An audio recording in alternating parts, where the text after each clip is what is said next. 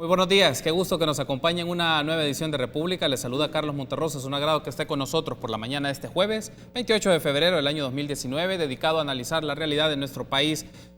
Esta mañana lo vamos a dedicar todo el programa para hablar un poco sobre el fuero de los funcionarios públicos y las reformas a la Constitución concernientes al tema del fuero específicamente. También vamos a hablar un poco de esta comisión de antejuicio que se ha hecho específicamente con el magistrado de la Cámara Tercera de lo Civil de San Salvador, Eduardo Jaime Escalante, las implicaciones de esto, el tratamiento que están haciendo los diputados y diputadas de la Asamblea Legislativa y de la comisión de antejuicio ya instalada. Y es un gusto para mí recibir a Erika Saldaña, abogada constitucionalista. Es un gusto también recibir a Manuel Escalante, abogado e investigador del IDUCA.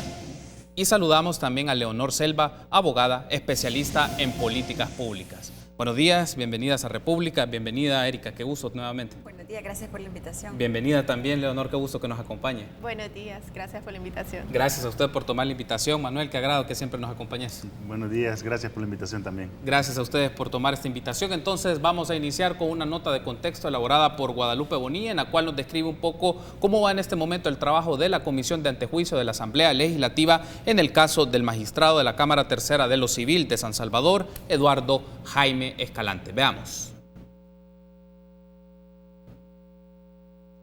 Este miércoles se instaló la primera reunión de la comisión y los diputados ya decidieron abrir la fecha para recibir las pruebas en contra y a favor del magistrado. Es decir, vamos a iniciar ya con presencia de la defensora particular junto con la fiscal, que son parte de este proceso, el día viernes a las 9 de la mañana. Explicaron que la mamá de la menor en ningún momento participará en la comisión y su representación será a través de la diputada Patricia Valdivieso, fiscal del caso.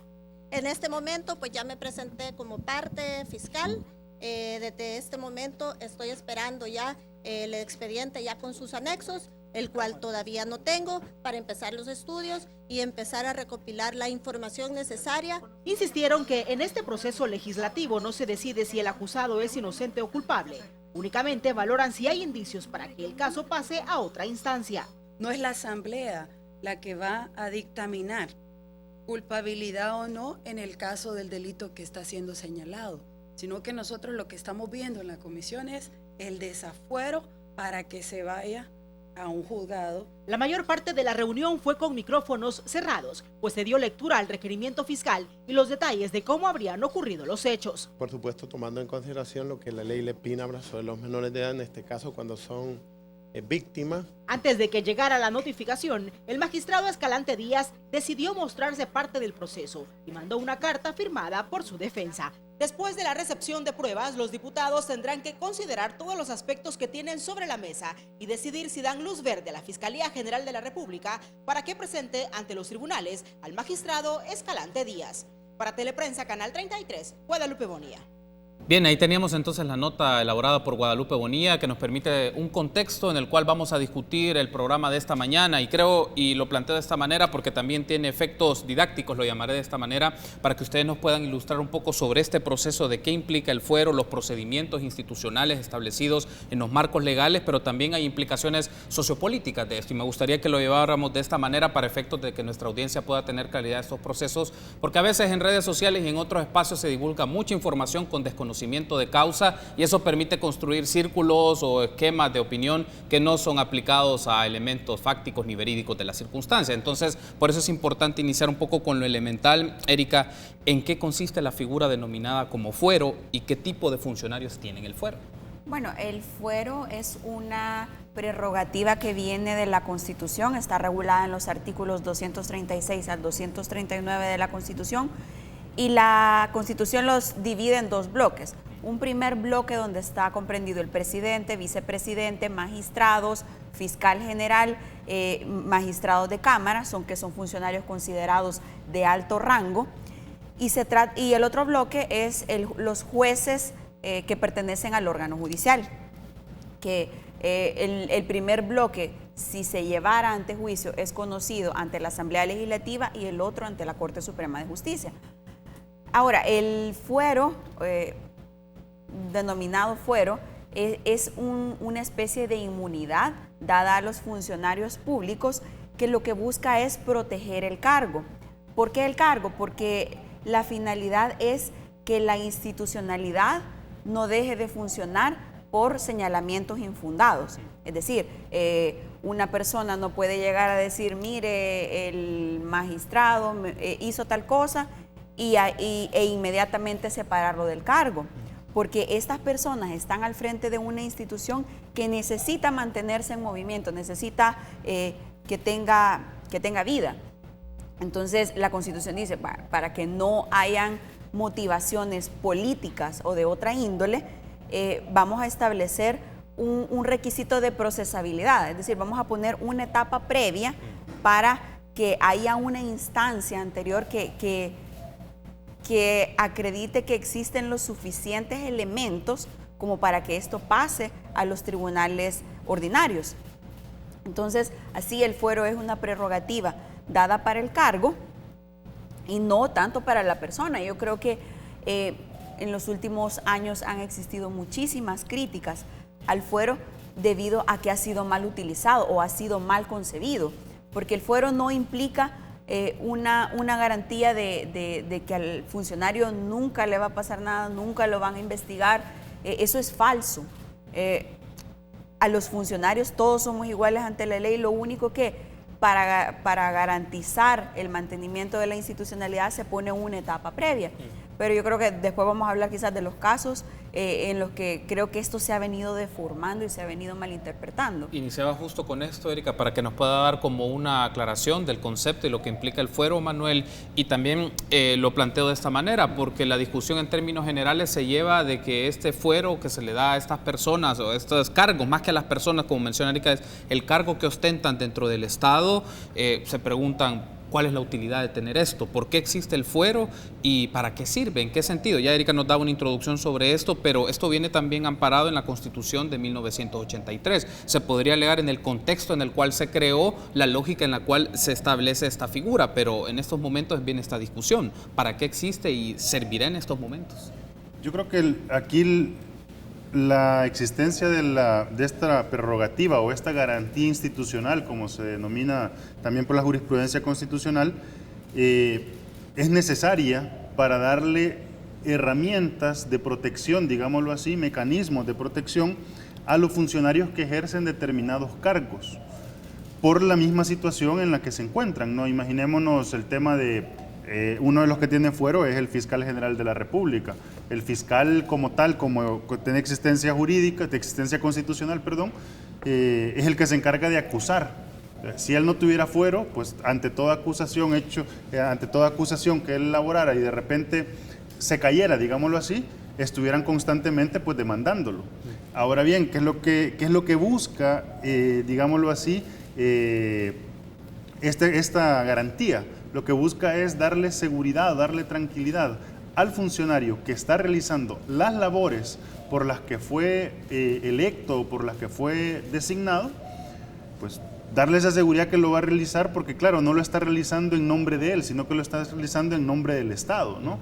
Y aquí yo quiero traer a cuenta un elemento importante, y es que el funcionario público, digámoslo así, va a actuar en dos esferas, porque es una persona, ¿no? Un individuo como cualquier otra persona. Entonces va a actuar en dos esferas. Va a actuar en la esfera pública, en el ejercicio del cargo, y va a actuar en la esfera privada, como un ciudadano más, cuando va al supermercado, cuando anda en el vehículo, no conduciendo. O sea, es decir, tiene actuaciones como persona natural, como persona particular. Lo que busca esta prerrogativa es proteger el cargo, no proteger a la vida o proteger lo que hace el individuo en cualquier esfera de su vida, el funcionario público. Digo esto porque incluso la jurisprudencia de la Sala de lo Constitucional ha hablado de que esta prerrogativa es, repito, una garantía institucional y no un derecho subjetivo. O sea, es decir, lo que se protege es la labor que realiza. Ahora bien, en la labor que realiza puede haber acciones que pueden interpretarse como o delitos oficiales o delitos comunes. Y entonces, frente a esos posibles delitos, es que existe, bueno, como ya se explicaba antes, esa condición previa de procesabilidad. Primero ver si efectivamente los hechos son suficientes para iniciar el proceso judicial o son infundados, ¿no? Pero repito, es en el ejercicio del cargo. Cuando es en la esfera privada, fuera del ejercicio del cargo, ahí ya no hay protección, porque en ese caso el funcionario está actuando como ciudadano y por lo tanto ahí se tiene que proyectar el principio de igualdad ante la ley. Es decir, está sometido a todo el ordenamiento jurídico tal cual, ¿no? Antes de irnos a la pausa, me gustaría escucharle sobre esto, Leonor, y lanzo esta pregunta para en los siguientes bloques debatirlo también con Manuel y con Erika, pero primero me gustaría escucharle a usted. Hay un aspecto relevante es hacer distinciones entre ciertos términos. Está el fuero, está la inmunidad, y lo mencionaba Erika, que es como un tipo de inmunidad que se tiene, pero también está el término impunidad. Es decir, se considera que esta prerrogativa, esta garantía del fuero también puede promover impunidad desde el Estado. Creo que la herramienta per se no es equivalente a impunidad. O sea, que exista un fuero no implica que el funcionario o que cualquier funcionario tiene un permiso automático que lo pone por encima de todos los demás ciudadanos para comportarse como él quiera al margen de la ley. Eso no es así. Como mis compañeros han dicho, el fuero protege el cargo. Y lo pretende proteger, por ejemplo, para que un fiscal sea verdaderamente independiente, para que un juez sea verdaderamente independiente, para que un legislador no esté sujeto a censura. O sea, y está en nuestra Constitución, pero está en otras muchas constituciones del mundo, y es una figura que nació casi al mismo tiempo que nacieron los parlamentos y las asambleas y los congresos. El cómo se utiliza es donde, creo yo, se pierde el rumbo y puede caer en impunidad, cuando se entiende como una barrera que pretende obstruir la justicia, cuando no lo es. A mí incluso es correcto explicarlo como una inmunidad, pero incluso ese término a mí no me gusta. Es solo una fase procesal más. Es como si usted fuera un ciudadano normal, pero le ponen una fase procesal más donde otra institución viene y dice, ok, esto no tiene motivaciones políticas, esta es una denuncia legítima, hay suficientes indicios. Si está eso, si se cumple ese mínimo formal, pues démosle, o sea, investiguemos y llevémoslo a la vía judicial y que responda como cualquier otro ciudadano. Entonces podemos decir que podría considerarse una fase procesal, y el hecho de que exista el fuero no implica automáticamente impunidad, sino que es un mecanismo que se ha establecido en la configuración de los parlamentos y de las instituciones políticas para la protección, en algunos casos, de políticos, de funcionarios en función de sus cargos. Creo que eso es importante hacer esa aclaración, y vamos a escuchar también a Erika, a Manuel sobre este punto y ampliar más detalles, particularmente sobre este caso de la Comisión de Antejuicio que se lleva con el magistrado de la Cámara Tercera de lo Civil, Eduardo Jaime Escalante. Es decir, este análisis que podemos hacer y los procedimientos y tratamientos que se deben de dar de los congresistas, es decir, de los diputados y diputadas, la Asamblea Legislativa. Debo hacer una pausa, regresamos en minutos.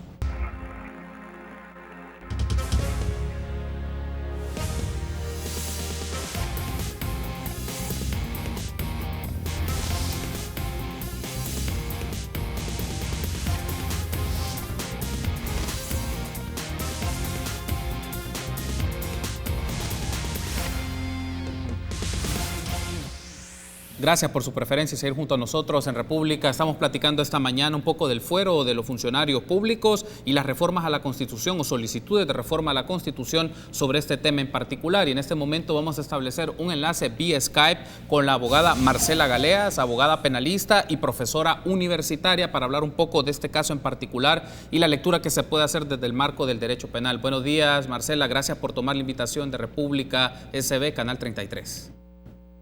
Buenos días, muchas gracias Carlos por invitarme. Buenos días a todos los panelistas y a la teleaudiencia de Canal 33.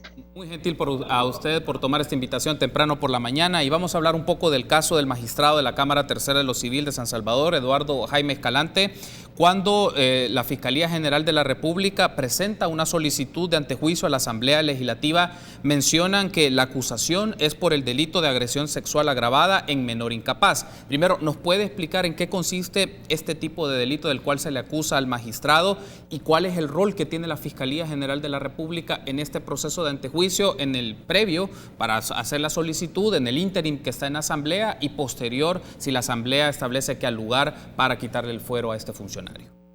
Bien, Carlos, iniciando de que existe una confusión a nivel de medios de comunicación y también del público, de la población, debido a que confunden agresiones sexuales con el tipo penal de violación sexual. La violación sexual básicamente se establece el acceso carnal, ya sea una penetración vaginal o anal, a una persona.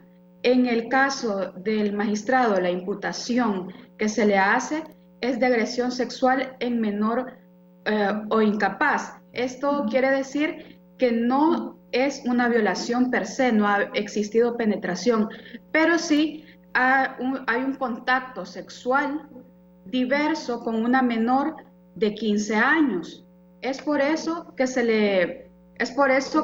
ha llegado a la confusión esta situación. ¿Qué sucede?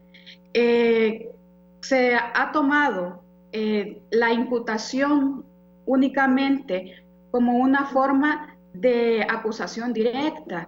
Aún todavía no se saben los elementos o indicios probatorios que se tienen sobre esta imputación y sobre si procede o no el perseguírsele como delito. Eso es lo que está examinando la Comisión de la Asamblea Legislativa. El antejuicio no es que los diputados de la Asamblea o esta comisión va a decidir sobre la responsabilidad penal del magistrado, sino que únicamente verán si existen los elementos suficientes para que éste pase a la siguiente fase, es decir, a una investigación por parte de la Fiscalía General de la República. Si pasa a una investigación por parte de la Fiscalía General de la República, las fiscales o los fiscales encargados de este caso tienen que atender primero a la protección integral de la víctima. ¿Qué sucede con esto?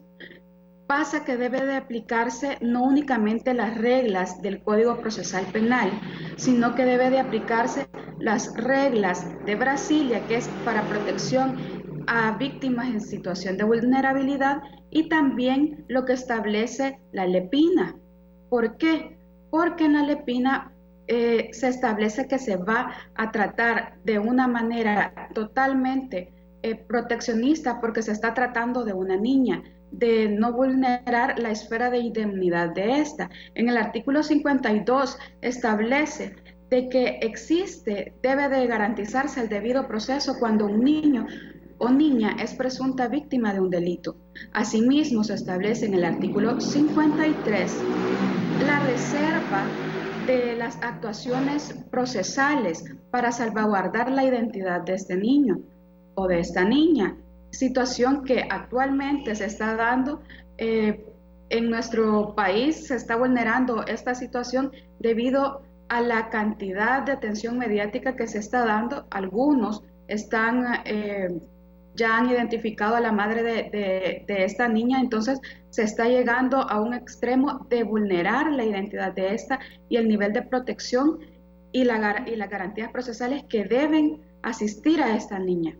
Okay. Hay otro aspecto que quería consultarle sobre ello, Marcela, ya que nos hace la descripción del delito por el cual se le acusa a este magistrado, pero ¿cuál es el tratamiento que la Asamblea Legislativa, a través de los diputados y diputadas de la Comisión de Legislación y luego a través de la Comisión Especial de Antejuicio, deben darle a este caso? Primero, respetando la condición de la víctima, o sea, no revictimizarla, pero a la vez que permita este caso sea conocida esta información a la ciudadanía, a la opinión pública. Es decir, cómo se puede hacer el manejo de estos dos elementos, respetando a la víctima, evidentemente, como usted ha mencionado, pero a la vez que la gente pueda conocer un poco parte de los hechos y pueda irse construyendo un criterio sobre esta situación.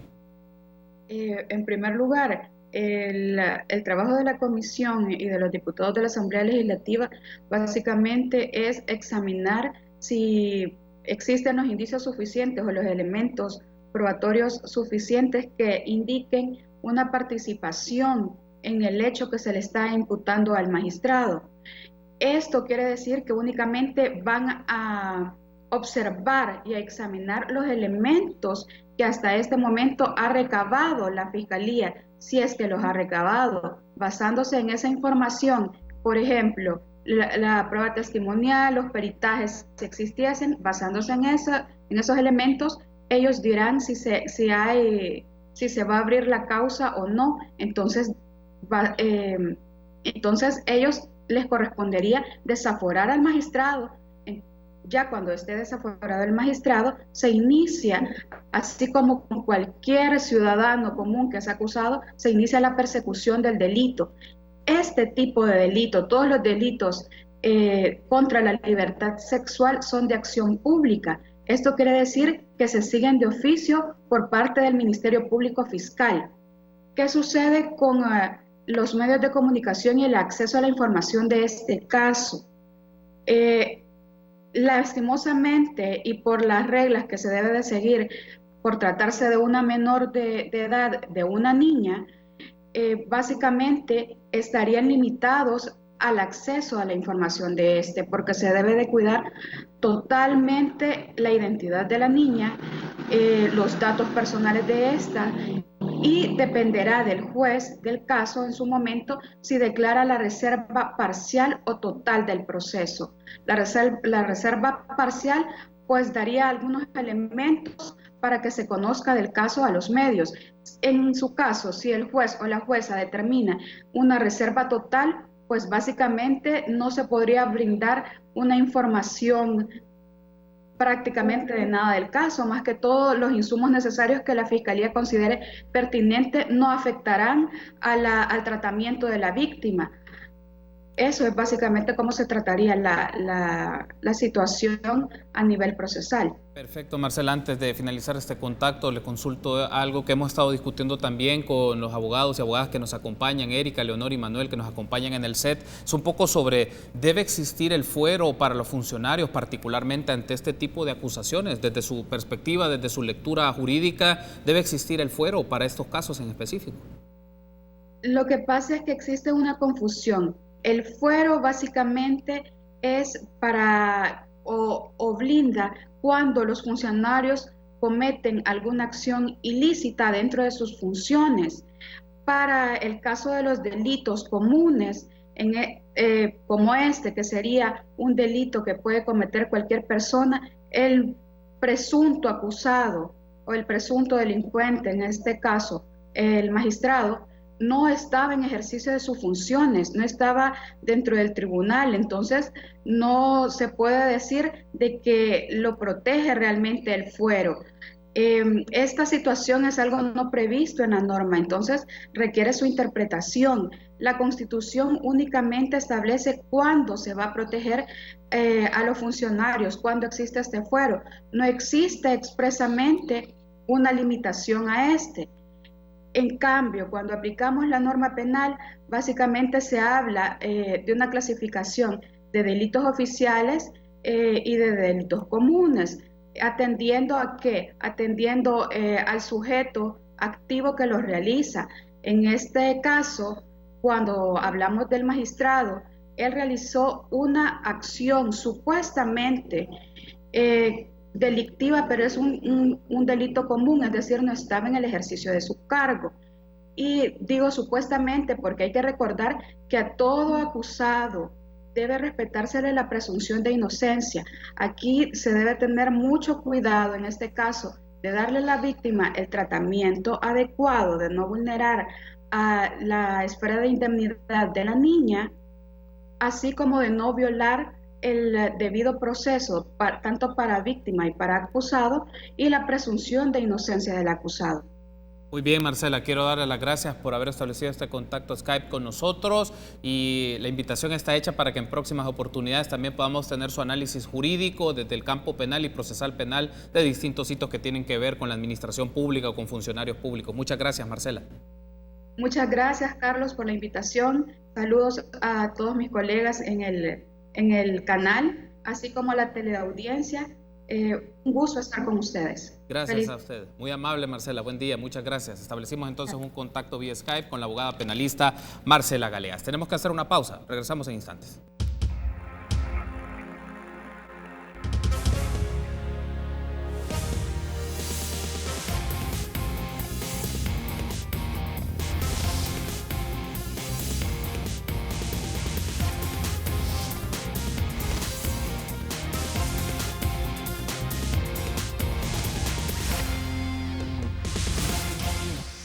Gracias por ser junto a nosotros en República. Continuamos platicando un poco del fuero establecido a los funcionarios públicos. Estamos hablando del caso de esta comisión de antejuicio en Asamblea Legislativa, específicamente con el magistrado de la Cámara Tercera de lo Civil de San Salvador, Eduardo Jaime Escalante. Platicamos con Erika Saldaña, Leonor Selva y Manuel Escalante, abogados. Tuvimos en el bloque anterior enlace con Marcela Galeas, quien es abogada penalista y profesora universitaria, y nos permite algunos de los elementos que mencionó Erika para ampliar un poco más la discusión. Ella mencionaba un poco de clasificación de ciertos delitos que están en la normativa, oficiales y comunes, y un poco también el ejercicio de o cometimiento de presuntos delitos con el uso del cargo, o estaba en función del cargo o no lo estaba. Creo que esas distinciones son importantes explicarlas para nuestra audiencia para que pueda tenerse como claridad sobre ello. A ver, el artículo 236 de la Constitución establece que ciertos funcionarios ahí denominados responderán ante la Asamblea Legislativa por los delitos comunes y oficiales que cometan. Yo sí voy a diferir un poco con lo que mencionó Marcela, porque creo que la cobertura que da este artículo en particular sí es para cualquier señalamiento que se le haga al funcionario. A ver, y esto no quiere decir de que una persona puede hacer algo que no tiene nada que ver con el cargo, por ejemplo, este tema de la agresión sexual, y no se le va a procesar eventualmente después de un antejuicio. Pero si la Constitución es clara en la clasificación de delitos, el Código Penal en el artículo 22 menciona que son delitos oficiales, sí, los que se cometen por ciertos funcionarios en el ejercicio de su cargo. Entonces, ahí ya tenemos una limitación. Conceptualmente el fuero está diseñada para esto, para delitos oficiales.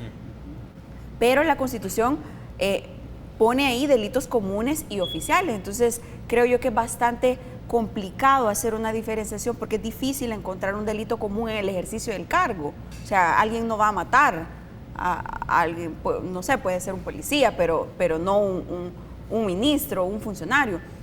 El artículo 239 creo yo que da muchísima más claridad de esta distinción que hace. El 239 de la Constitución dice que los jueces responderán ante la Corte Suprema de Justicia por los delitos oficiales que cometan. Para los delitos comunes de un solo los manda para la jurisdicción ordinaria, es decir, no tienen que pasar el procedimiento de antejuicio, sino que de un solo se van para los jueces, para los juzgados ordinarios, ni siquiera para la Corte, no pasan el proceso de antejuicio. Entonces, sí, yo creo que probablemente la Constitución, los constituyentes, cuando pusieron delitos comunes, no, o sea, yo no sé si buscaban proteger al funcionario en todos sus ámbitos.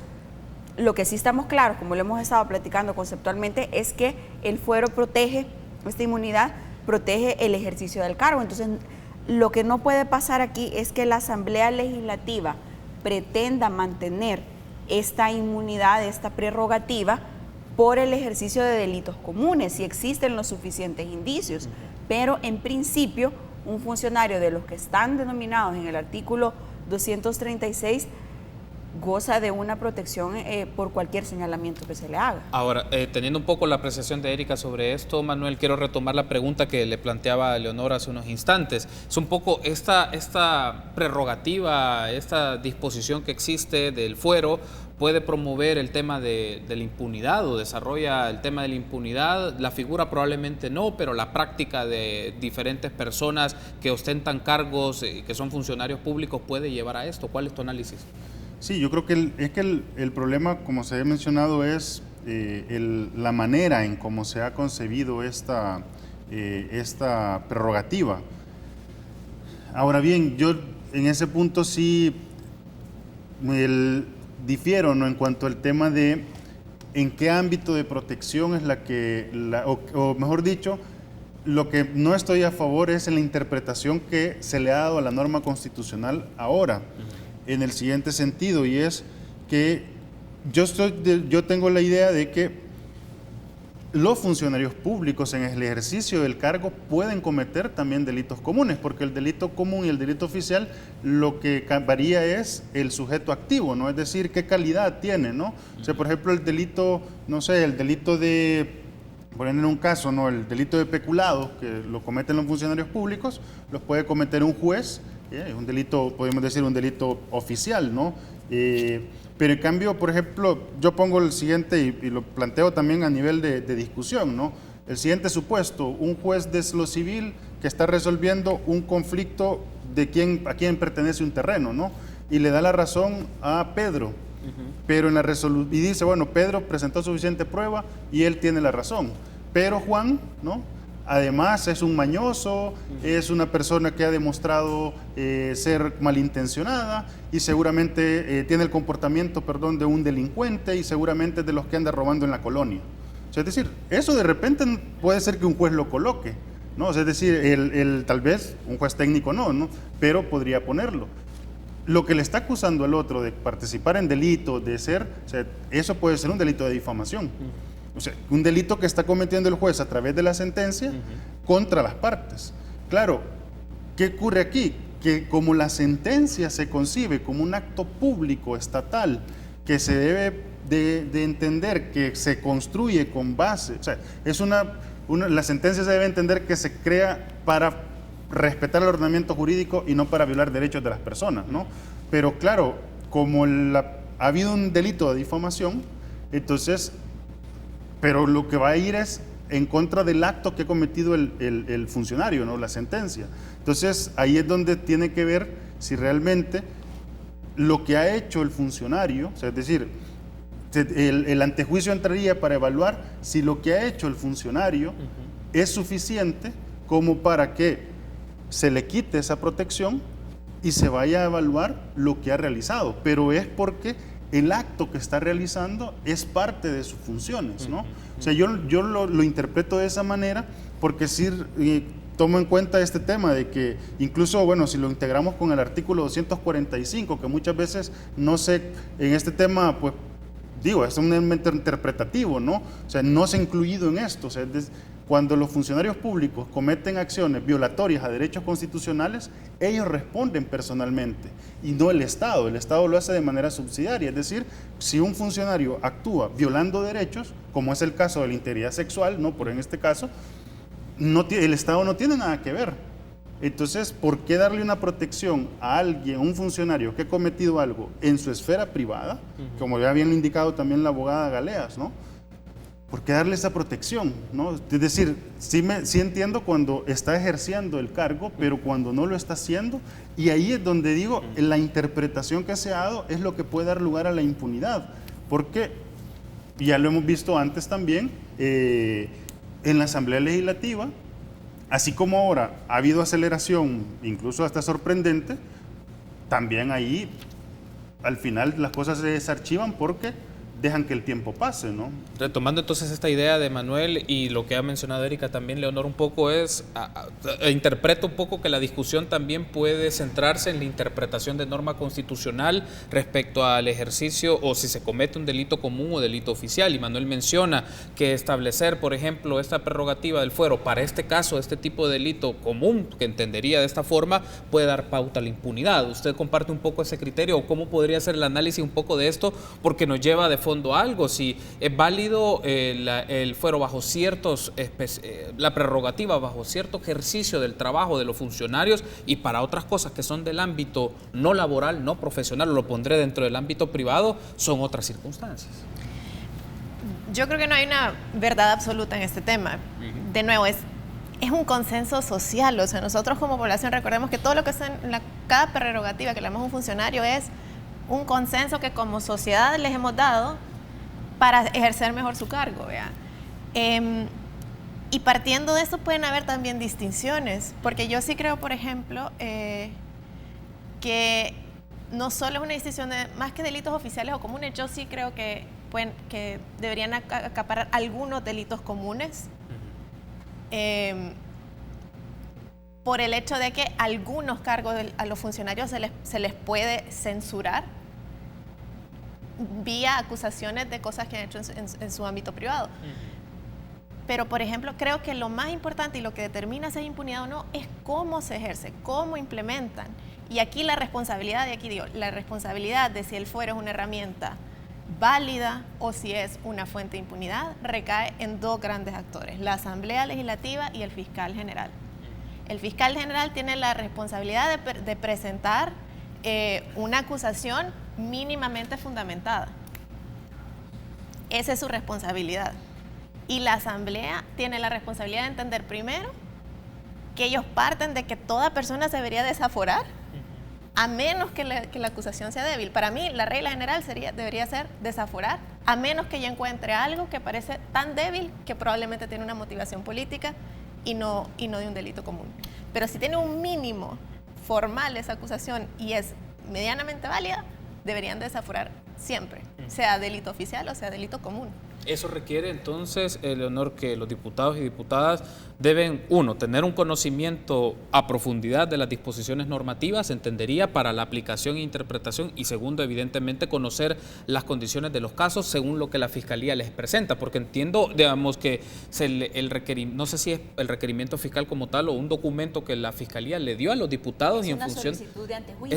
Y la solicitud no incluye requerimiento fiscal en este momento, sino que hasta que se le quite el fuero pasamos a esa etapa. A la presentación del requerimiento fiscal. Pero necesita un insumo, entendería Erika o Leonor, entendería que en este caso los diputados deben de tener una información mínima de las características del caso para que eso les permita interpretar o establecer si hay lugar al tema de quitarle el fuero a esta persona. Claro, la función de los diputados, y creo que varias diputadas lo han señalado en las entrevistas que se le ha hecho, es que la Asamblea Legislativa tiene que cerciorarse de que existan los suficientes indicios, es decir, que hayan elementos, que tengan algún tipo de prueba. Quizás no van a tener las pruebas completas porque eso lo tienen que ir a presentar al juzgado con el requerimiento fiscal, pero sí de que existan los elementos y que la acusación que se está haciendo no es una cuestión superficial o una cuestión que lo que busque sea afectar al funcionario. Porque, a ver, puede venir cualquier persona y decir, el magistrado me dijo algo, me insultó, me agredió, etcétera. Entonces es complicado que por el solo dicho de una persona vayamos a quitar a un funcionario del ejercicio de su cargo. Entonces, para mí, en este sentido, es que sí tiene un poco de lógica que el constituyente haya incluido los delitos comunes. Pero repito, el mal uso de esta figura del fuero, que han existido casos donde los funcionarios expresamente han pretendido protegerse a sí mismos por delitos comunes, y les pongo el caso del diputado suplente Wilber Rivera. Él fue señalado y está condenado por 15 años por el delito de lavado de dinero, y él en algún momento pretendió protegerse, diciendo: yo soy diputado suplente y tengo esta inmunidad, tengo fuero. Entonces es ahí donde empiezan a surgir todas las críticas a esta prerrogativa que tiene una finalidad, pero el mal uso nos ha llevado a que sea una garantía de impunidad, y este es el problema que estamos teniendo ahora. Tengo que hacer una pausa, pero al regresar voy a leer algunos comentarios que nos han llegado a través del Twitter. Si usted quiere comentar o participar en esta plática que tenemos muy interesante con los abogados Manuel Escalante y las abogadas Leonor Selva y Erika Saldaña, nos puede escribir a través de las redes sociales. En Twitter es @RepúblicaSB33, ahí lo puede ver usted en pantalla en este momento, y podemos interactuar en función de sus comentarios. Regresamos en instantes.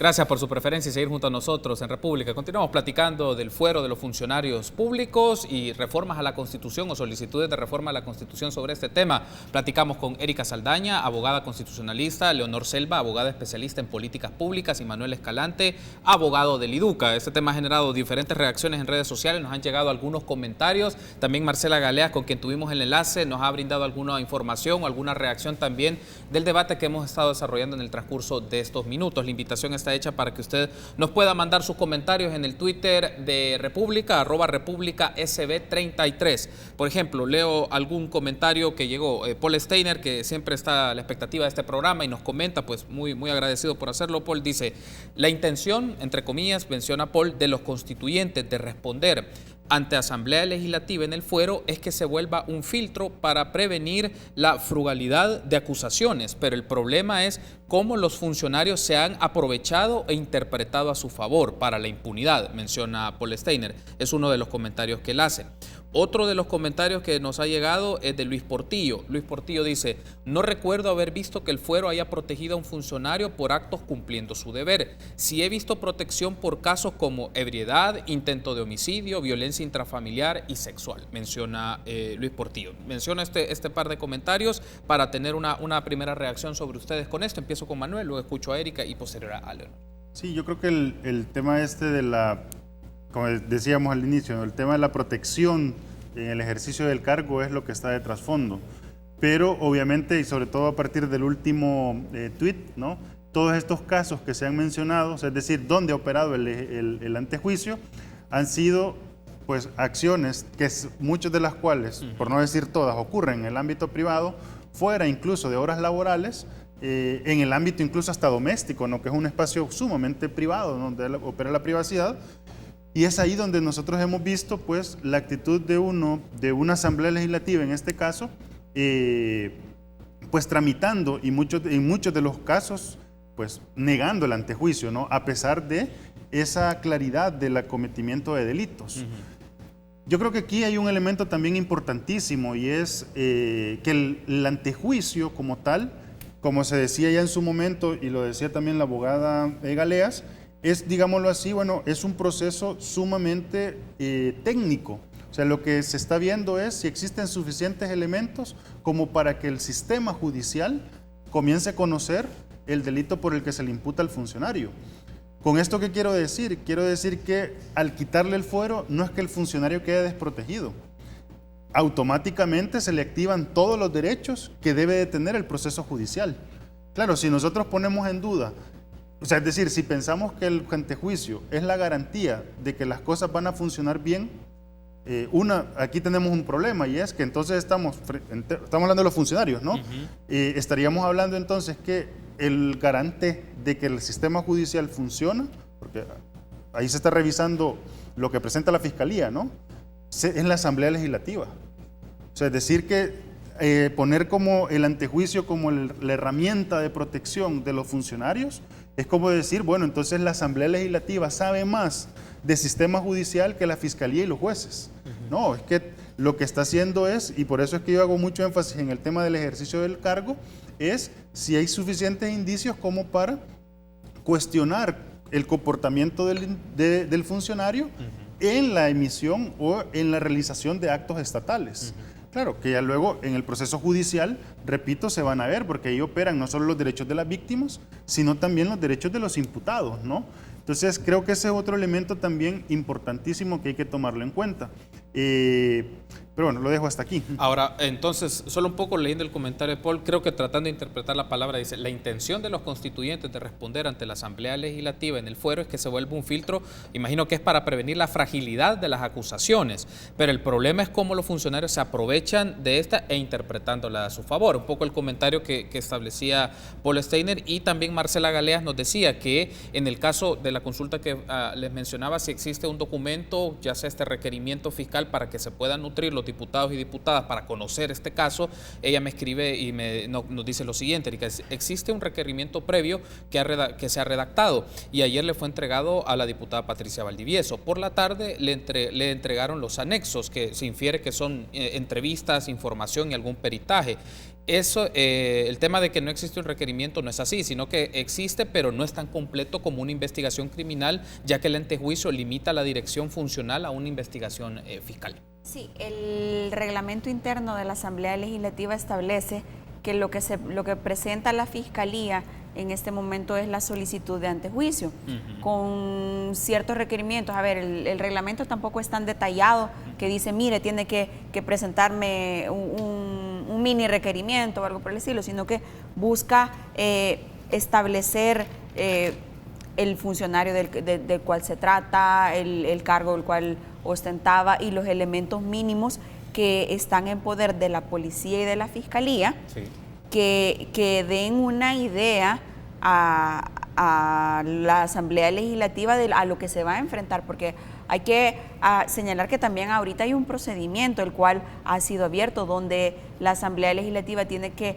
hacer el intento de recopilar más elementos que den la certeza que la Fiscalía tendrá las herramientas, los elementos, los insumos necesarios para ir a presentarse ante la Cámara, para que éste sea la que juzgue ordinariamente. Y ahorita quiero señalar la relevancia de lo que mencionó Manuel, sí, porque ha dicho que las garantías, o sea, a la persona se le van a respetar las garantías del proceso penal, y creo que en este caso ha sido uno de los fallos que hemos visto al interior de la Asamblea Legislativa, porque, a ver, las garantías operan en todo momento de la vida, y en este caso el tema de la presunción de inocencia creo yo que ha sido sumamente irrespetado para el magistrado. Estoy de acuerdo en que el delito que se le señala es grave, pero también esta persona merece que se le respete la presunción de inocencia, porque ninguno de nosotros estuvo presente en lo que pasó, entonces no sabemos al final. Creo yo que sí es importante apoyar a la víctima, y eso implica que no se va a desmeritar lo que se ha dicho, pero también hay que ser prudentes y respetar el tema de la presunción de inocencia, porque dentro de la Asamblea Legislativa hemos visto que sobre todo el grupo de mujeres lo ha señalado de violador, lo ha señalado, prácticamente lo están declarando culpable y el proceso apenas ha iniciado. Entonces yo creo que es importante darle un poco más de relevancia a las garantías que tiene el imputado dentro del proceso penal, porque también existe la posibilidad de que la persona sea inocente.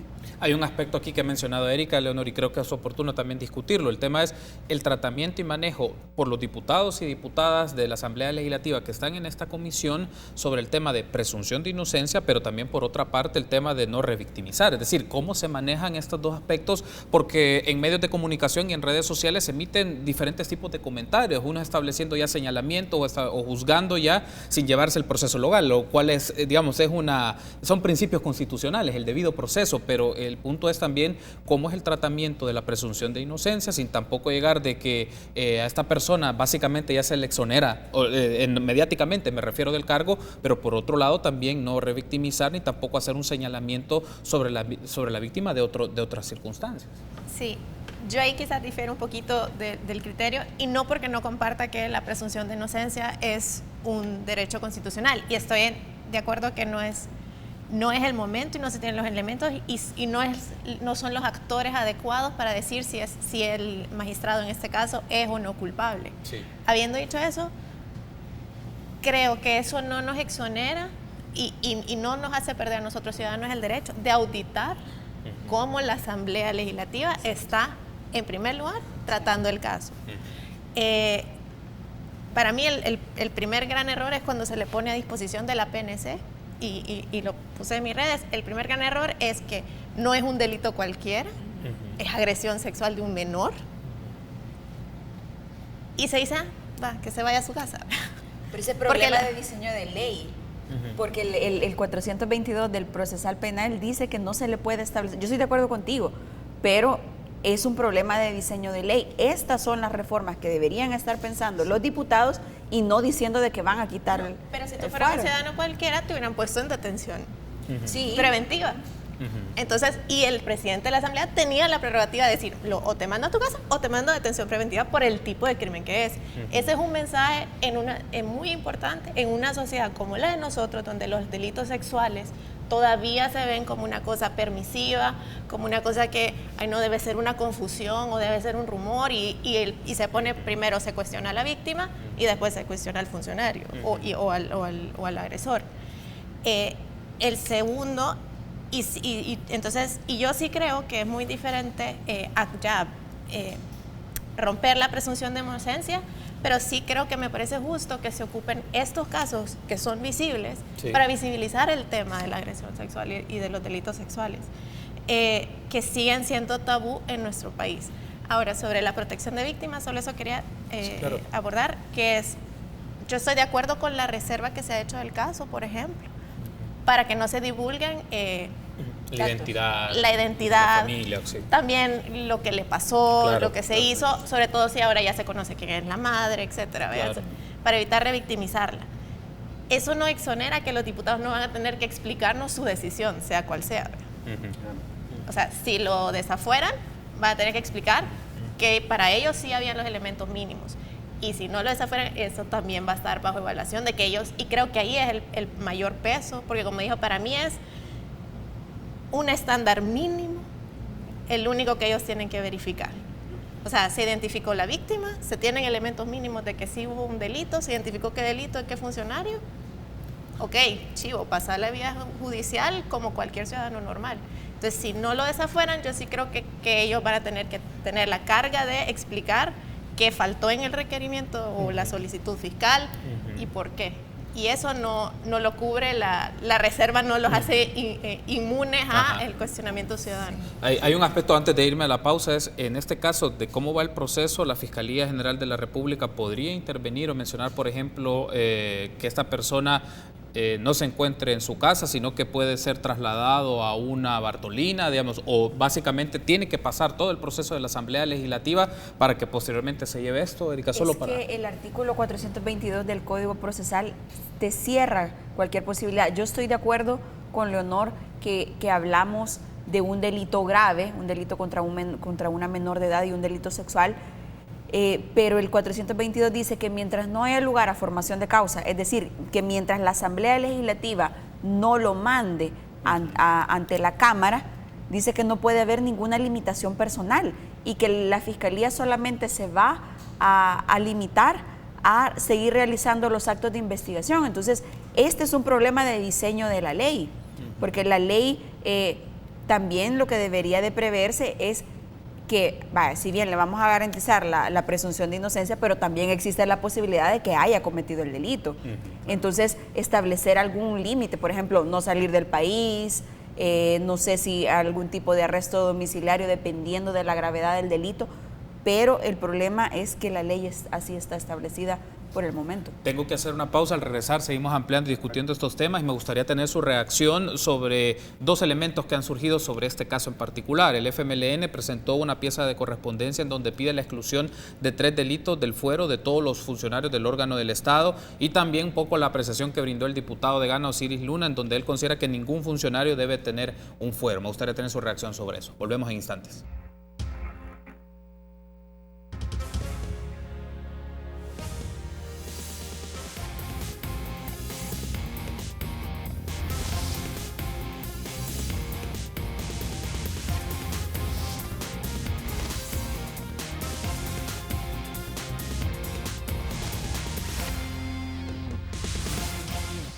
Gracias por continuar junto a nosotros en República. Seguimos platicando sobre el tema del fuero de los funcionarios públicos y si implican reformas constitucionales o modificaciones a otros marcos normativos. Hemos tenido una discusión muy interesante con Erika Saldaña, con Leonor Selva y con Manuel Escalante. Ahora quiero aprovechar este bloque para que hablemos un poco sobre ciertas solicitudes o posicionamientos que han dado diputados y diputadas, Manuel, sobre este caso en particular del fuero. Y particularmente el FMLN presentó una pieza de correspondencia en donde ellos solicitan que se excluyan 3 delitos del fuero para los funcionarios del Estado: delitos contra la libertad sexual, feminicidio y aquellos que atentan contra la niñez y adolescencia. Escucharte un poco sobre esto, la aplicación sobre ello, de lo que ustedes han estado planteando en el transcurso de este programa, si esto es factible y qué implica en este caso, qué tipo de reformas o qué elementos de juicio jurídico se deben de tener en cuenta ante estas solicitudes. Y bueno, quizás antes de entrar en detalle particular, creo que es importante, por el segmento anterior se discutieron 2 temas que es necesario abordarlos en este país, sobre todo por el mal uso que se hace de ellos, la mala comprensión. O sea, así como se malentiende el fuero y el antejuicio, también se ha malinterpretado o se ha mal usado del concepto de presunción de inocencia, ¿no? Porque se exige para un magistrado pero todos los días aparecen personas acusadas en calzoncillos, ¿no? En la mañana. O también el otro es la prisión preventiva, ¿no? El tema de a un funcionario no se le da, pero la regla general es que a todo mundo se le da, cuando el mismo Código Penal dice que esa tiene que ser la excepción, ¿no? O sea, es decir, incluso sobre estos dos temas, presunción de inocencia y prisión preventiva, hasta ya nos han llamado la atención organismos internacionales por el mal uso que se hace, ¿no? Pero bueno, ahora viendo el tema de las reformas, a mí me parece, bueno, que si hay una construcción, digamos así, interpretativa, de que si es verdad, hay delitos comunes, que todo tipo de delito común, incluso el que cometen en manera privada, incluye el antejuicio, partamos de ese supuesto, ¿no? Que, repito, yo tengo mis reservas, pero partamos de ese elemento. A mí la reforma que se está planteando, lo que observo es que el enfoque que se le da es la víctima que recibe el daño. O sea, es decir, o es una mujer, o el tipo de delito, ¿no? Es la agresión sexual, puede ser contra mujer o contra menores de edad, que son la mayoría en este país, o es ataques contra la vida de la mujer, o ataques contra la integridad de los menores. O sea, yo creo que el enfoque es quién es la víctima, ¿no? Y eso es un enfoque bastante interesante. Sin embargo, como creo que ya hemos planteado aquí en el foro, hay una serie de delitos comunes que no tendrían que estar justificados dentro del antejuicio. O sea, es decir, por ejemplo, este tema de, me parece bien que se proteja la vida de las mujeres y se quite el fuero para el feminicidio. Pero lo que me plantea a mí de discusión es, y entonces eso podría interpretarse que los funcionarios, el presidente, los diputados, los magistrados, sí tienen una protección especial cuando maten a un adulto hombre. Es decir, el matar a una mujer tiene que tener una protección especial, o dañar a un menor tiene que tener una protección especial, sin duda, pero ¿qué ocurre con el otro grupo de personas que pueden ser víctimas de los funcionarios públicos? Entiendo un poco, Manuel, porque las condiciones del feminicidio es porque está sustentado el hecho o el acto como tal sobre un tema de odio, entiendo un poco. Exactamente, porque ahí luego también viene el tema de qué entienden por feminicidio, porque también una cosa es el feminicidio en materia penal, que justamente tiene el componente de violencia de género, podríamos decirlo así, y luego está el hecho de las muertes de mujeres, los homicidios cometidos contra mujeres, que no necesariamente se dieron por un hecho de violencia, un hecho de odio de género, ¿no? Por ejemplo, el homicidio que se comete en un asalto en un autobús, que de repente murió una mujer, pero el hecho tal vez no fue el odio contra la mujer propiamente, sino fue el hecho, la circunstancia del asalto. Entonces, a lo que voy aquí es, repito, no veo mal el quitar el fuero, si es necesario, pues, quitar el fuero para algunos delitos comunes, pero hay que ver realmente qué mensaje se está lanzando al reconocer solo estos tres tipos o estos tres supuestos con respecto al resto, ¿no? O sea, es decir, entonces, por ejemplo, un delito cometido con un adulto mayor, entonces ese sí tiene fuero, ¿no? O sea, es decir, contra los menores no tiene que tener fuero, pero si se hace un delito contra una violación contra una señora de 80 años, ahí sí tiene que haber antejuicio.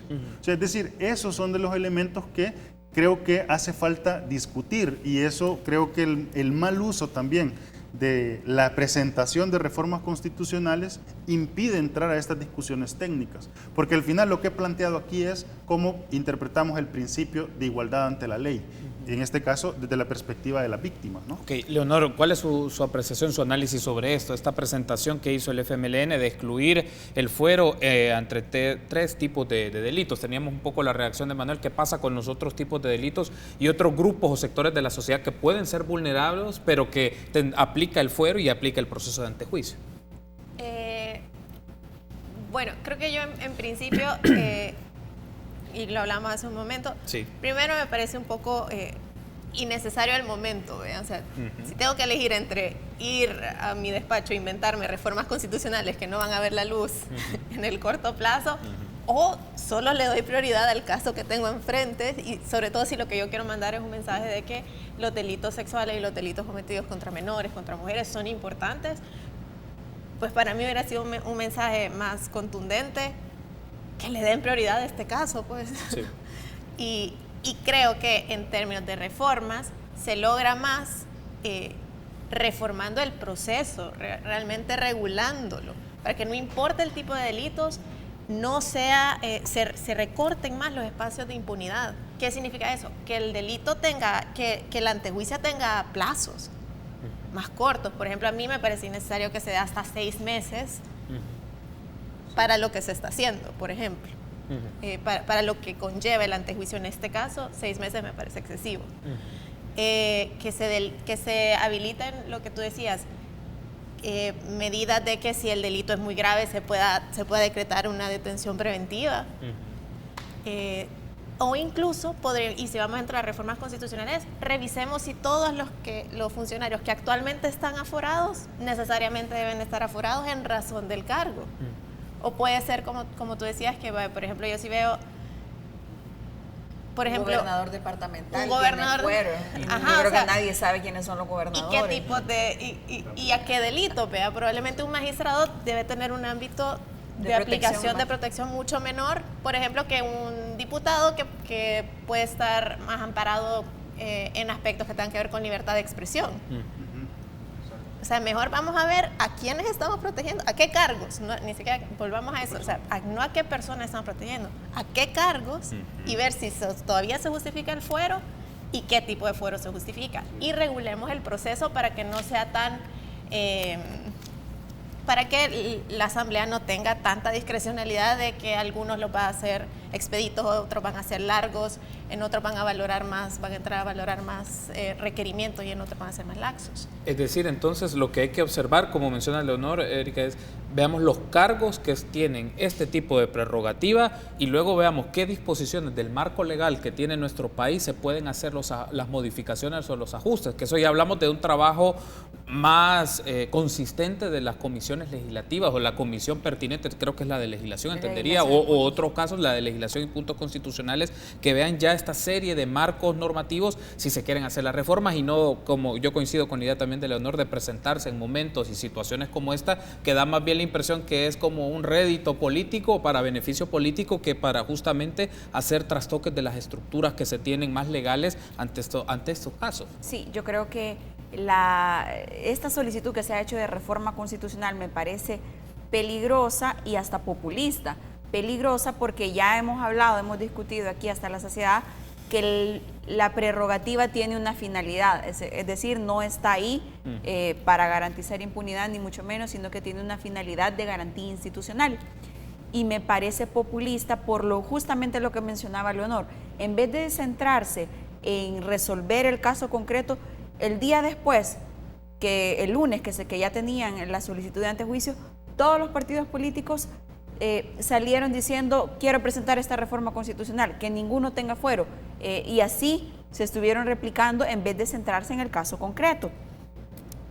Los diputados creo que conocen el descontento de la ciudadanía con este tipo de figuras, entonces una manera de salir bien librado quizás es decir, ninguno tenga fuero, lo cual yo no comparto porque creo que no es proteger a la persona, sino que proteger la institucionalidad del país, y deberían de centrarse en estas reformas que van a volver más rápido, más expedito, un procedimiento de antejuicio y que no va a ser tanto una situación política, porque eso es lo que de repente se da y lo que menciona Leonor, que se va a realizar de manera rápida y en 3 semanas probablemente ya haya lugar a formación de causa o no.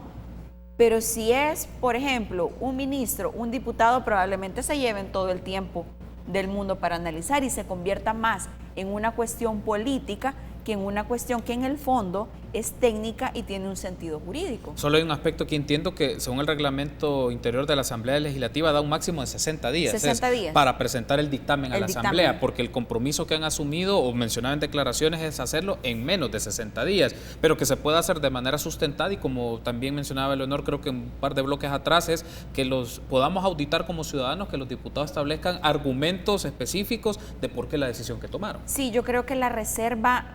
No estoy tan de acuerdo, creo que podría haber existido una reserva parcial, porque, a ver, creo yo que como ciudadanos no nos tenemos que que meter en el caso penal, que al final esto va a ser discutido ante la Cámara, sino que nosotros en el tema del antejuicio estamos realizando una auditoría a nuestros funcionarios, tanto a la Asamblea Legislativa como al magistrado, y el funcionamiento y el procedimiento.